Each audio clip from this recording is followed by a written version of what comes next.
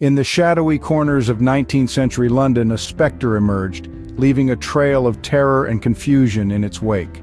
The year was 1888, and the district was Whitechapel, a labyrinth of narrow, winding streets, home to a bustling, diverse community. The air was thick with the scent of industry, the clamor of commerce, and the whispers of poverty. Whitechapel was a melting pot of cultures, a refuge for those seeking a new life, yet it was also a place of hardship. The streets were filled with the huddled masses, each trying to eke out a living in the shadow of the imposing factories and warehouses. The socio-economic conditions were ripe for unrest, with the gap between the haves and the have-nots ever widening.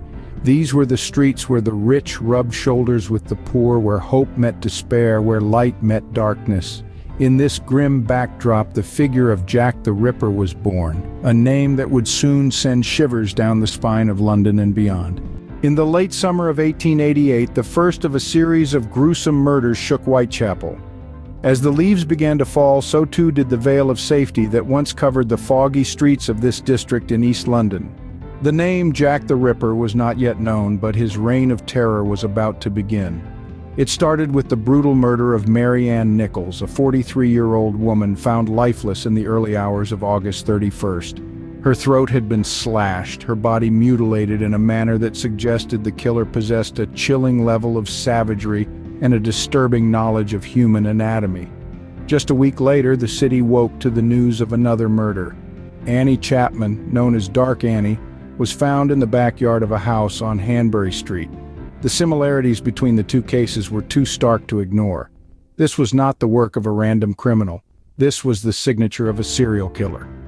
The streets of Whitechapel, once bustling with life, were now filled with a palpable fear. The echoes of footsteps on cobblestone streets took on a sinister tone. Every stranger could be the one now known as the Whitechapel murderer. Then, in late September, the Ripper claimed 2 more lives in a single night. Elizabeth Stride and Catherine Eddowes met the same fate as the previous victims, their lives brutally taken, their bodies left as chilling testament to the Ripper's work. With each new victim, the city's fear grew. The viciousness of the attacks, the apparent random selection of victims, and the killer's ability to evade capture combined to create a sense of helpless terror. The brutal nature of these killings was something the city, even the world, had never seen before. The public and the authorities were left in shock, unable to comprehend the horrifying brutality of these crimes.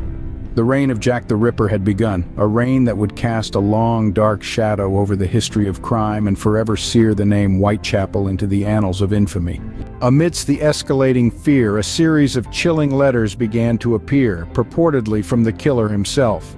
These messages, shrouded in mystery and terror, were sent to the police and the press, causing a sensation that swept through London and beyond. Among the many letters, 2 stand out in particular. The first, known as the Dear Boss letter, was delivered to the Central News Agency in late September 1888. The writer, claiming to be the murderer, mocked the authorities for their inability to catch him, promised more gruesome killings, and even coined the name we know him by today, Jack the Ripper. This audacious self-branding stirred up a media frenzy, and the name Jack the Ripper became a byword for terror. The second letter, infamously dubbed the From Hell letter, arrived a few weeks later. Accompanied by a small box containing half a human kidney, the letter's author claimed to have eaten the other half. The horrifying implications of this message, whether true or not, amplified the public's fear and fascination. These letters, with their gruesome details and defiant tone, contributed significantly to the growing notoriety of the Ripper. They painted a picture of a cunning and sadistic killer, delighting in his crimes and taunting those who sought to stop him. The public, already gripped by fear, was further unsettled by the audacity of these communications. Critics, however, have raised questions about the authenticity of these letters. Some argue that they were hoaxes, concocted by journalists or others seeking to capitalize on the public's morbid fascination.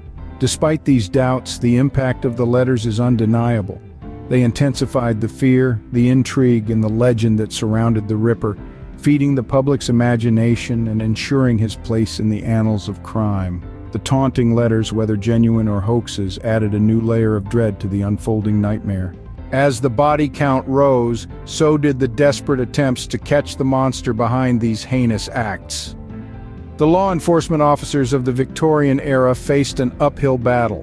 With limited forensic science, they relied heavily on eyewitness testimonies, physical evidence, and good old-fashioned detective work.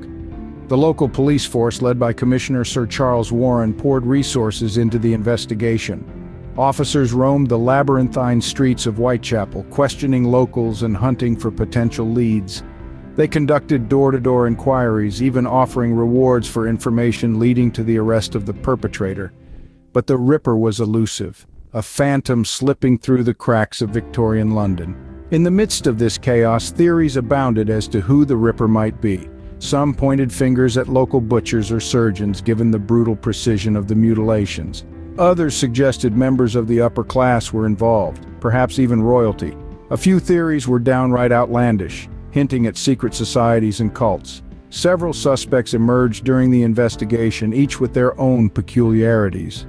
There was George Chapman, a barber surgeon with a violent past, Aaron Kosminski, a Polish immigrant with a history of mental illness, and then there was Francis Tumblety, an American quack doctor known for his misogynistic tendencies. Each suspect had their own dark shadows, but none could be definitively linked to the Ripper's crimes. The investigators faced immense challenges. They grappled with a lack of definitive evidence, public panic, and rampant speculation. The press didn't help either, fanning the flames of fear with their sensational headlines and wild theories. Despite these hurdles, the investigators were relentless. They pursued every lead, every whisper of a clue in their quest to unmask the Ripper. They faced the grim reality of their task with determination and courage, yet for all their efforts, the Ripper remained elusive. Despite their best efforts, the identity of Jack the Ripper remained shrouded in mystery. The shadowy figure of the Ripper slipped into the foggy annals of history, leaving behind a chilling legacy that continues to captivate and confound us to this day. The Reign of Terror ended as abruptly as it began, leaving behind a legacy of fear and fascination that endures to this day. As the dust settled on the streets of Whitechapel, the world was left with a mystery that has captured the imagination of generations. The enigma of Jack the Ripper has infused itself into the fabric of popular culture, inspiring countless pieces of fiction and media. From the eerie pages of crime novels to the high-stakes drama of television shows, the Ripper has become a staple in the realm of horror and mystery. Books such as Patricia Cornwell's Portrait of a Killer and Alan Moore's graphic novel From Hell have drawn from the chilling lore of the Ripper, adding their own spins to the tale. Movies, too, like the Hughes brothers' From Hell, have brought the Ripper's story to the big screen, painting a grim picture of Victorian London under the shadow of a relentless killer. The small screen isn't untouched either. Television shows like Whitechapel and Ripper Street have woven narratives around the Ripper's reign, creating compelling crime dramas that keep viewers on the edge of their seats. But the fascination doesn't stop at fiction. Ongoing investigations and theories continue to emerge, attempting to unmask the identity of the infamous killer. From retired detectives to amateur sleuths, many have ventured into the labyrinth of clues left behind by the Ripper. Theories range from plausible to outrageous, each adding another layer to the mystery. The Ripper case has also had a profound impact on criminology. It led to advancements in forensic science, with investigators realizing the importance of preserving crime scenes and collecting evidence. This case has indeed shaped the way we approach and solve crimes today. More than a century later, the shadow of Jack the Ripper still looms large, a testament to the enduring power of unresolved mysteries. The tale of Jack the Ripper is a chilling reminder of the dark underbelly of Victorian London. This haunting narrative, woven through the cobblestone streets of Whitechapel, began with a reign of terror that gripped the city in a stranglehold of fear.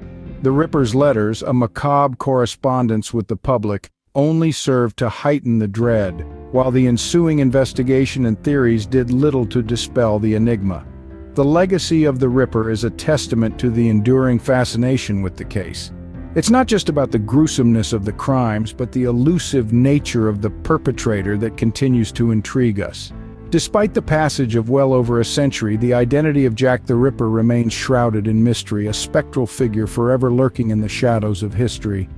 As we delve into the annals of history, the enigma of Jack the Ripper continues to captivate us, a grisly puzzle that remains unsolved to this day.